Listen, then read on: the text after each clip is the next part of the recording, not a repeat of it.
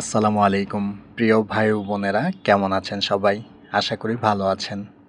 আজকে সকালের নাস্তা আলু ভাজি। প্রথমে আমরা আলুগুলো কেটে সুন্দর করে ধুয়ে নিলাম। এবার পেঁয়াজ কেটে নিলাম, মরিচ কেটে নিলাম।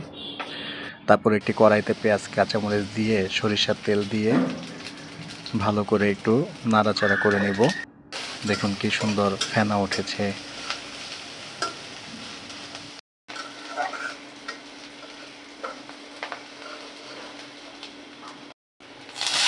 এবার আমরা আলুগুলো দিয়ে দিলাম।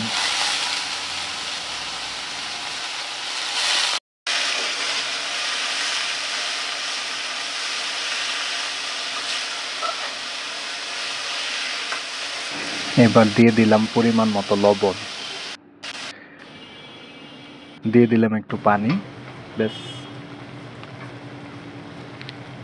আরেক চুলায় রুটি বানানোর জন্য আটাগুলো নিয়ে নিয়েছি। এবার রুটি বানানোর জন্য কাই বেলে নিচ্ছি। এবার একটি তাওয়ায় সুন্দর করে রুটিগুলো ভেজে নিচ্ছি। রুটিটা কি সুন্দর ফুলেছে। এবার ডিম ভাজার জন্য একটি কড়াইতে ডিম দিয়ে দিলাম।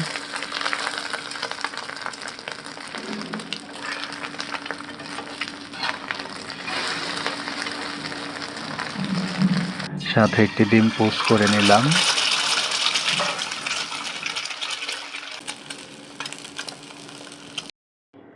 আলহামদুলিল্লাহ, তৈরি হয়ে গেল সকালের নাস্তা।